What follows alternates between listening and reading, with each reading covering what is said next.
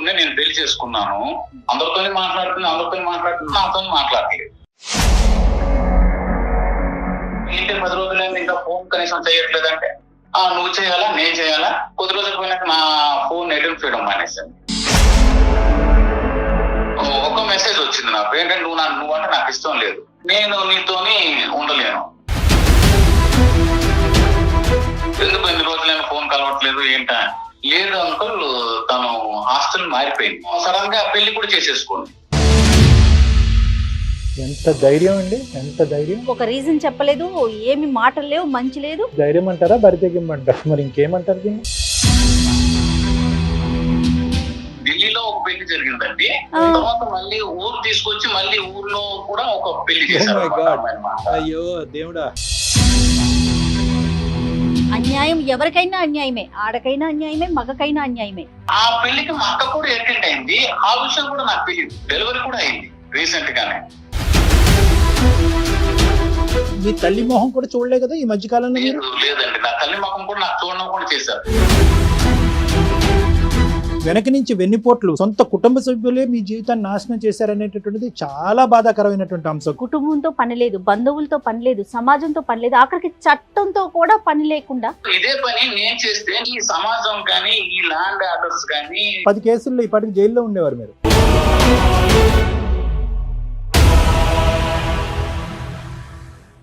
Welcome to అందమైన జీవితం. నమస్తే కళ్యాణ్ నమస్తే చక్రవర్తి. జయ గారు. నమస్తే. నిన్న నాకు రాజమండ్రి నుంచి ఒక మెయిల్ వచ్చిందండి. పేరు ప్రసాద్. పెళ్ళయి 1 సంవత్సరం అవుతుంది. నేను డైరెక్ట్గా టాపిక్లోకి వెళ్ళిపోతున్నానండి, ఎందుకంటే టైం వేస్ట్ కాకుండా మళ్ళీ వాళ్ళతో కూడా మనం డిస్కస్ చేయాలి కదా, అందుకనేసి. ఒక పర్సనల్ ఇష్యూ, అంటే ఇలాంటివి మగవాళ్ళు కూడా ఫేస్ చేస్తారంటే సమస్యకి ఆడ మగ తేడా లేదు, బట్ ఈ రోజుల్లో ఇలా కూడా ఉంటుందా అని నాకు అనిపించింది. కళ్యాణ్ గారు నెంబర్ ఇచ్చారు, కాల్ చేసేస్తానండి డైరెక్ట్గా. తప్పకుండా.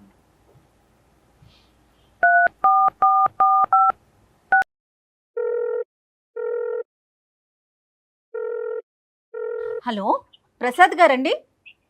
అవునా? నేను జయానండి, అందమైన జీవితం ప్రోగ్రామ్ నుంచి కాల్ చేస్తున్నాను. మీతో మాట్లాడొచ్చా? మాట్లాడచ్చమ్మా, మాట్లాడండి. రైట్. నాతో పాటు డాక్టర్ కళ్యాణ్ చక్రవర్తి గారు కూడా ఉన్నారు. మీరు నాకు మెయిల్ పెట్టారు, దాన్ని ఒక బ్రీఫ్ గా డాక్టర్ గారితో మాట్లాడండి. మా అక్క కూతుర్నే నేను పెళ్లి చేసుకున్నాను. మా పెళ్లి అయితే చాలా గ్రాండియర్, అంటే చాలా గ్రాండియర్ గా జరిగింది. మా అక్కల అమ్మాయి ఎదురు ఇల్లే, మా కరెక్ట్ గా మా ఇంటి డోర్ తీస్తే వాళ్ళ ఇల్లు డోర్ తీస్తే మా ఇల్లు. ఓకే. ఇలా నేను అమ్మాయి కదా అని చెప్పి కట్నం కూడా తీసుకోలేదు. ఏం కట్నం తీసుకుంటాం, అక్కల పాపం చేసుకుంటున్నాం, కుటుంబంలో చేసుకుంటున్నాం. కుటుంబం గురించి మాత్రమే ఆలోచన అండి నాది ఎప్పుడు కూడా. మా కుటుంబం అంటే మా నాన్నగారు కూడా లేరండి, చనిపోయారు. మనం ఒక స్థాయిలో ఉండాలి, మనం నలుగురికి కొంచెం దీనిగా ఉండాలి, ఎవరిని మనం తల తెచ్చుకోకూడదు, అలా అనుకొని నేను కుటుంబం అంతా బాగుంటుంది కదా అని చెప్పేసి పెళ్లి చేసుకోవడం జరిగింది. ప్రపోజల్ ఎట్లా వచ్చిందండి? అంటే అక్క కూతుర్ని చేసుకోమని అక్క వాళ్ళ వైపు నుంచా, లేకుంటే మీ అమ్మగారి వైపు నుంచా, ఎట్లా? అక్క వాళ్ళ వైపు నుండే వచ్చిందండి. ఓకే. అక్క వాళ్ళ వైపు నుంచే వచ్చింది. అక్క వాళ్ళందరూ కుటుంబం అంతా పెద్దలంతా కూర్చున్నారు, మాట్లాడుకున్నారు. చేసిన తర్వాత నాకు చెప్పారండి. ఓకే. కుటుంబం గురించే మీరు పెళ్లి చేసుకుంటున్నారు, కానీ అమ్మాయి మీద మీ అభిప్రాయం? అమ్మాయి మీద అభిప్రాయం మంచి అభిప్రాయం, మంచి ఒపీనియన్ ఉంది. మంచి ఒపీనియన్ ఉంది. Very good, very good. మంచి ఒపీనియన్ ఉంది. తనకండి ప్రసాద్ గారు, తనతో మాట్లాడారా పెళ్లికి ముందు? నేను మాట్లాడాను. నీకు ఇష్టం ఉందా లేదా అని కూడా అడిగానండి. ఓకే. అమ్మ వాళ్ళు అక్క వాళ్ళు ఏదో చెప్తున్నారని అలాగా నువ్వు ఒప్పుకోవాల్సిన అవసరం లేదు, నీకు ఇష్టం ఉంటేనే మనం పెళ్లి చేసుకుందాము, లేకపోతే నేను చెప్తాను అమ్మ వాళ్ళకి, నేను అక్కలకి చెప్తాను, ఒప్పిస్తానని చెప్పానండి. రైట్. నెక్స్ట్ అండి? ఆ తర్వాత అంటే పెళ్లి జరిగిందండి, చాలా గ్రాండ్ గా పెళ్లి చేసుకున్నాం, అంతా బాగా జరిగిన తర్వాత హైదరాబాద్ వచ్చాము. ఇక్కడ హైదరాబాద్ లో యాజ్ యూజువల్ గా మా కాపురం అనేది చాలా చక్కగా గడిచింది. తను బీటెక్ పూర్తి చేసిందండి ఊర్లోనే. నేను ఇక్కడ వచ్చి తనకి మన ఒక దీంట్లో ఇన్స్టిట్యూట్ లో ట్రైనింగ్ ఇప్పించాను, జాయిన్ చేశాను. ట్రైనింగ్ కూడా అయిపోయింది. మేము ఒక 5-6 నెలల పాటు ఇక్కడ చాలా బాగా కలిసి ఉన్నాము. వాళ్ళ నాతో పాటు మా అమ్మగారు కూడా ఉండేవారు. ఎంత నాన్న మీ ఇద్దరి మధ్యన ఏజ్ గ్యాప్ ఎంత ఉంది నాన్న? ఒక 6 ఇయర్స్ ఉంటుంది సార్. 6 ఇయర్స్. Okay okay. చిన్న చిన్న కంపెనీలో ఇంటర్వ్యూస్ వస్తే నాకు యాక్చువల్ గా చిన్న కంపెనీకి పంపించడం ఇష్టం లేదు. పూణేలో వచ్చిందండి జాబ్. ఓకే. పూణేలో జాబ్ వచ్చింది. సరే ఏం చేస్తాం, మనకి ఇంకా తప్పదు. అంటే మంచి కంపెనీ కోరుకున్నాం కదా, మంచి అవునులే. కంపెనీ కోరుకున్నప్పుడు ఇలాంటివి సహజంగా జరుగుతుంటాయి అని చెప్పి మేము కూడా అనుకొని అక్కడ ఒక 2 days తనతో పాటు ఉండి, తనకి ఇంకా మంచి చెడ్డలు ఏం కావాలి, తనకి ఆఫీస్ కి అవునండి. వెళ్ళడానికి ప్రాబ్లమ్స్ ఉన్నాయి ఏంటా, అసలు తను వెళ్ళగలదా అని అన్ని చూసి సెట్ చేసుకొని నేను మళ్ళీ హైదరాబాద్ వచ్చానమ్మా. ఓకే అండి.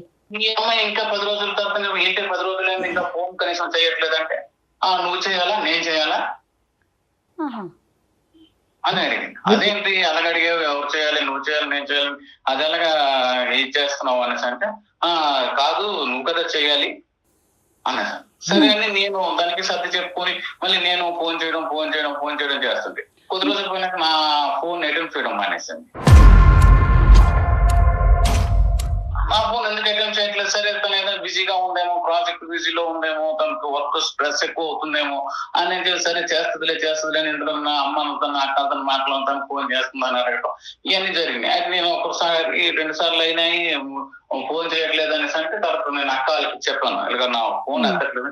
లేదురా తను ఏదో బిజీగా ఉంటుంది, నా ఫోన్ మాకు ఫోన్ చేస్తుంది కదా, మాట్లాడుతుంది కదా అని చెప్పేవారు. సరే అనుకున్న తర్వాత ఇలాగ మళ్ళీ ఫోన్ రీచ్ అవ్వట్లేదు. ఎప్పటికి రీచ్ అవ్వకపోయేసరికి నేను తన ఫ్రెండ్ ఫోన్ నుంచి నాకు ఒకసారి ఫోన్ చేసింది అనమాట. అక్కడ జనరల్ గా తన ఫోన్ కి సిగ్నల్స్ ఉండవు ఒక్కోసారి, అక్కడ ఉండకపోతే వేరే వాళ్ళ ఫోన్ పక్క ఫోన్ నుంచి చేయడం కానీ ఇలా చేయడంలో ఈ నెంబర్ కూడా పెట్టుకోండి అని చెప్పారు. నేను ఆ నెంబర్ కి ఫోన్ చేశాను, ఎందుకు ఎన్ని రోజులైనా ఫోన్ కలవట్లేదు ఏంటా ఖచ్చితంగా. ఆ అమ్మాయి నాకు చెప్పడం ఏంటంటే, లేదు అంకుల్ తను హాస్టల్ మారిపోయింది. అంతవరకు నాకు తెలియకపోవడం, ఒక భర్త కావాలనివ్వండి, ఒక మగాడి కావాలనివ్వండి, తన హాస్టల్ మారిపోయిన విషయం నాకు తెలియాల్సిన అవసరం ఉందా లేదా? బేసిక్ కమ్యూనికేషన్ అది బేసిక్ కమ్యూనికేషన్. ఇంకా అతను మాట్లాడటం, అక్కడ నుంచి కొంచెం మాట్లాడటం కూడా అంత కరెక్ట్ గా లేదు. నాకు ప్రాపర్ గా తన నుంచి ఏ ఇన్ఫర్మేషన్ లేదు, ఏం ఒక రెస్పాన్సిబిలిటీగా బిహేవ్ చేయట్లేదు తను. సరే ఏదో సర్దుకుపోతాం అనేసి నేను కొంచెం ఇదిగానే ఉన్నాను. మీ ఇంట్లో మనం సడన్ గా ఒక రోజు ఒక మెసేజ్ వచ్చింది నాకు, ఏంటంటే నువ్వు అంటే నాకు ఇష్టం లేదు, నేను నీతోని ఉండలేను. ఏంటి కారణం ఏంటి ఇది అంత అనేసి అడిగితే సరే ఇంకా నా ఫోన్ రెస్పాన్స్ లేదు. పూణే వెళ్ళిన ఎన్ని రోజులకి నాన్న ఈ మెసేజ్ వచ్చింది మీకు? ఒక 1 year కి అవుతుంది. 1 year అదే ఒక 1 year పైన అవుతుందండి. 1 year పైన. ఈ 1 year పైన టైంలో ఎన్నిసార్లు ఆవిడ పూణేకి రావటం కానీ, మీరు పూణే వెళ్ళటం, హైదరాబాద్ రావటం కానీ? మీరు పూణే 2 times వెళ్ళాను సార్. నేను హైదరాబాద్ నుంచి పూణే 2 times వెళ్ళాను. తను పూణే నుంచి మా ఇంటికి ఒక 2 times వచ్చింది. అప్పుడు ఎలా ఉంది? మీరిద్దరు ఫేస్ టు ఫేస్ ఉన్నప్పుడు రెస్పాన్స్ ఎలా ఉంది?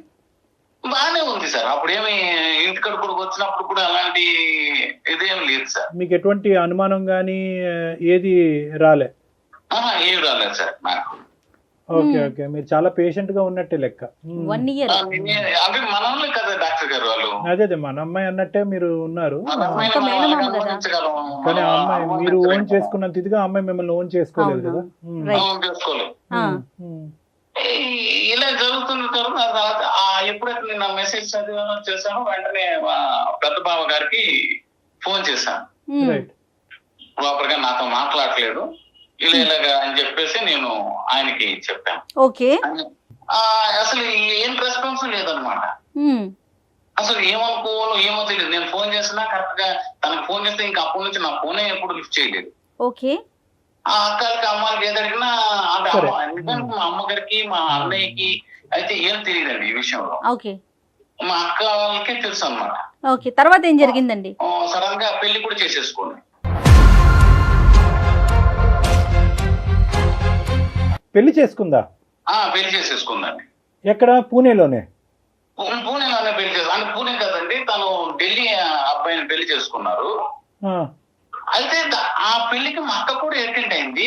ఆ విషయం కూడా నాకు తెలియదు. Oh my God. ఏం అడగాలి, ఎవరిని అడుగుతాను నేను ఈ విషయంలో? మీకు ఎలా తెలిసిందండి తను పెళ్లి చేసుకున్నట్లుగా? స్టేటస్లు ఉంటాయి కదమ్మా.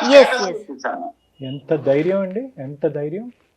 మీకు ఒక రీజన్ చెప్పలేదు, ఏమి మాటలు లేవు, మంచి లేదు. ధైర్యం అంటారా, బరితెగింపంటారా, మరి ఇంకేమంటారు దీన్ని? నాకు అసలు ఏమి అర్థం కాలేదు.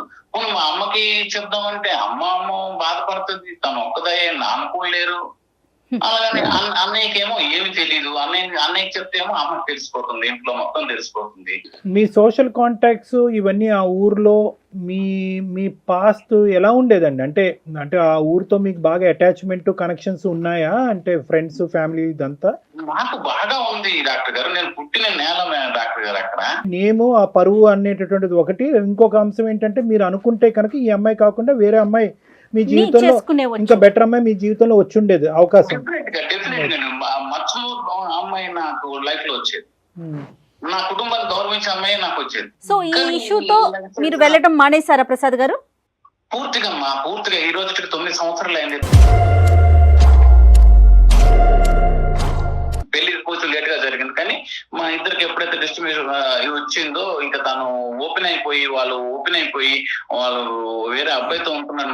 మా అక్క కూడా ఢిల్లీలో అక్కడ పెళ్లికి వెళ్ళి అటెండ్ అయిన తర్వాత నేను ఇంకా వెళ్ళలేకపోయాను. మా ఇంటికి వెళ్ళాలంటే నాకు చాలా అంటే ఏంటి అంటే ఒక నిర్జీవంగా ఒక అర్థమవుతోందండి మీ బాధ. అర్థమవుతుంది. అంటే 2 వెన్నుపోట్లు కదా ఇప్పుడు. ఇక్కడ ఒకటి అక్క, ఇంకో సైడ్ నుంచి సొంత భార్య. అంటే అట్లీస్ట్ ఒకరికైనా బుర్ర అక్కడ పనిచేసి ఉండాలి, ఒకరికైనా కొద్ది నీతి న్యాయం అనేటటువంటిది అర్థమై ఉండాలి. ఇంత అంటే మీ ఇంట్లోనే ఇలాంటి 2 వ్యక్తులు ఉన్నారు అనేటటువంటిది మీరు పసిగట్టలేకపోవటం, మీరు కానీ మీ మదర్ కానీ పసిగట్టలేకపోవటం, వీళ్ళ వెనకాతలు ఇంత పొల్యూషన్ ఉంది అనేటటువంటి ఆలోచన రాకపోవటం అనేది కొద్దిగా ఆశ్చర్యం కలిగిస్తుంది ప్రసాద్.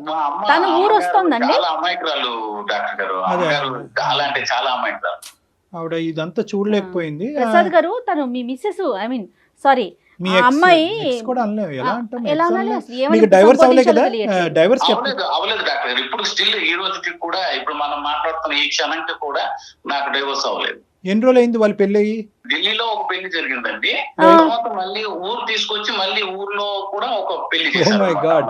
అయ్యో దేవుడా. ఊర్లో పెళ్లి జరిగిన విషయం కూడా మళ్ళీ నాకు తెలియదు. మళ్ళీ ఎవరెవరు ఫ్రెండ్స్ ఫోన్ చేసి మా అక్క చెల్లెళ్ళు అంటే బంధువులు ఉంటారు కదా. అవునవును, ఊర్లో అంటే తెలిసిపోతుంది కదండి. మరి ఏం చెప్పుకున్నారట ప్రసాద్ గారు ఊర్లో పెళ్లి చేసేటప్పుడు? ఇప్పుడు మీరు సొంత మేనమామ, ఎవరు అడగలేదండి? ఏం చెప్పారట ఊర్లో? నిలదీయలేదు ఎవరిని? పంచాయతీ పెట్టలేదా? ఏంది బరితెగింపు ఏంటి ఈ వ్యవహారం ఏంటని? ఊరికి కొంచెం దూరంలో వేరే పల్లెటూరు దగ్గర ఒక టెంపుల్ లో మామూలుగా పెళ్లి చేసేసి పెళ్లి జరిగిపోయిందని ఊర్లో తీసుకొచ్చి అందరూ పరిచయం చేశారు. మరి ప్రసాద్ ఏడి అని అడగలేదు? అదే కదా ప్రసాద్ ఏది అడిగారు మేడం, అడిగిన వాళ్ళు అడిగారు, కానీ ఏం అడుగుతారు ఇంకెలెక్టివ్ చేసినాక? అది కాదు ప్రసాద్, మీ తరపున మాట్లాడేటటువంటి ఊరు పెద్దలు ఒక్కరు లేరా? ఏమ్మా నీకు డైవర్స్ అయ్యిందా? ప్రసాద్ ఎక్కడికి వెళ్ళాడు? ఆ ఊర్లో ఒక పేరు ప్రఖ్యాతి ఉన్నటువంటి ప్రసాద్ను వదిలేసి ఈడు ఎవడో ముక్కుమోహం తెలియని పెళ్లి చేసుకోవటం ఏంటి అనేది ఒక్కరు కూడా నిలదీసే అవకాశం లేదండి అక్కడ? ఒక క్వశ్చన్ కూడా రేస్ కాలేదా? అడిగారు డాక్టర్ గారు, అడిగినా ఏమో సమాధానం లేదు. అందరం తీసుకెళ్ళి మా అక్క కదా పరిచయం చేస్తుంది, తీసుకెళ్ళి ఈడని. అంటే ఇంక అన్ని తెగించున్నారా వాళ్ళు? లేదంటే మీతో ఇప్పుడు ఐదరు వాళ్ళు అయినా భయంకరమైన తెగింపు బరి తెగింపు ఉండాలి, లేదంటే మీ సైడ్ అసలు నోరిప్పి మాట్లాడే వాళ్ళు అయినా లేకపోయి ఉండాలి. నెగటివిటీని ఏమైనా స్ప్రెడ్ చేశారా? పోనీ అలాంటి అంశం ఏమన్నా ఉందా మీ గురించి? ఏమన్నా మీ గురించి ఇంకా ఏదైనా భిన్నంగా ఏమైనా స్ప్రెడ్ చేశారా? ఏం లేదు, నా గురించి ఏం స్ప్రెడ్ చేయడం లేదు. అందరికి తెలుసు అక్కడ తను రకరకాల నేను చెప్పాను, నేను మీకు చాలా చెప్పాను. ఇందులో ఒక మగాడిగా మీరు ఒక సమాధానం చెప్పండి, వీటన్నిటిని తట్టుకుని ఎలా మనం నిలబడాలి? వెనక నుంచి వెన్నుపోట్లు సొంత కుటుంబ సభ్యులే, ఎక్కడో దూరం వాడు చేస్తేనే అరే మోసం చేశాడు అనుకునేటటువంటి ఈ రోజుల్లో సొంత కుటుంబ సభ్యులే మీ జీవితాన్ని నాశనం చేశారనేటటువంటిది చాలా బాధాకరమైనటువంటి అంశం, కాదనట్లేదు. కానీ ఇక్కడ కొన్ని మనకు వచ్చేటటువంటి ప్రశ్నలు ఏంటంటే, మీ సైడ్ నుంచి బేసిక్ కాన్సెప్ట్ ప్రసాద్ అనేటటువంటి తెలియనటువంటి ఊర్లో, మనిషి గురించి తెలియనటువంటి ఊర్లో ప్రసాద్ని ఇంత అన్యాయం చేస్తారా అని ఎదిరించి నిలదీసేటటువంటి వ్యక్తి కనిపించకపోవటం అన్నది ఇక్కడ ఆశ్చర్యం కలిగించే అంశం. రెండోది, ఎవరు ఎందుకు ఏం చెప్తారండి? ఇక పెళ్లి ఇప్పుడు ఢిల్లీలో పెళ్లి అయిపోయింది ఫస్ట్ టైం సంగతి కొంతవరకు స్ప్రెడ్ చేశారు. సరే, దీనంతటి యొక్క ప్రభావం మీ మీద ఎలా పడిందండి? అంటే 9 years పాటు ఒక భయంకరమైన వనవాసం గడుపుతూ, మీరు వనవాసం అంటారు అంటే ఎందుకు మిమ్మల్ని మీరు ఎందుకు ఇంత శిక్షించుకుంటున్నారు? నెంబర్ 1. నెంబర్ 2, ఇక్కడ ఏంటంటే మీ తల్లి మొహం కూడా చూడలే కదా ఈ మధ్య కాలంలో మీరు? లేదండి, నా తల్లి మొహం కూడా నాకు చూడడం కూడా చేశారు. ఇందులో ఇంకొక విషయం, ఇంకా గొప్ప విషయం ఏంటంటే డాక్టర్ గారు, అసలు అంటే ఇవన్నీ ఎలా చెప్పాలి, అసలు ఏమని చెప్పాలి? సిగ్గు విడిచిపోయి అన్ని ఇంకా సంగతి మర్చిపోయి చెప్పాలేమో తెలియదు, కానీ తను డెలివరీ కూడా అయింది.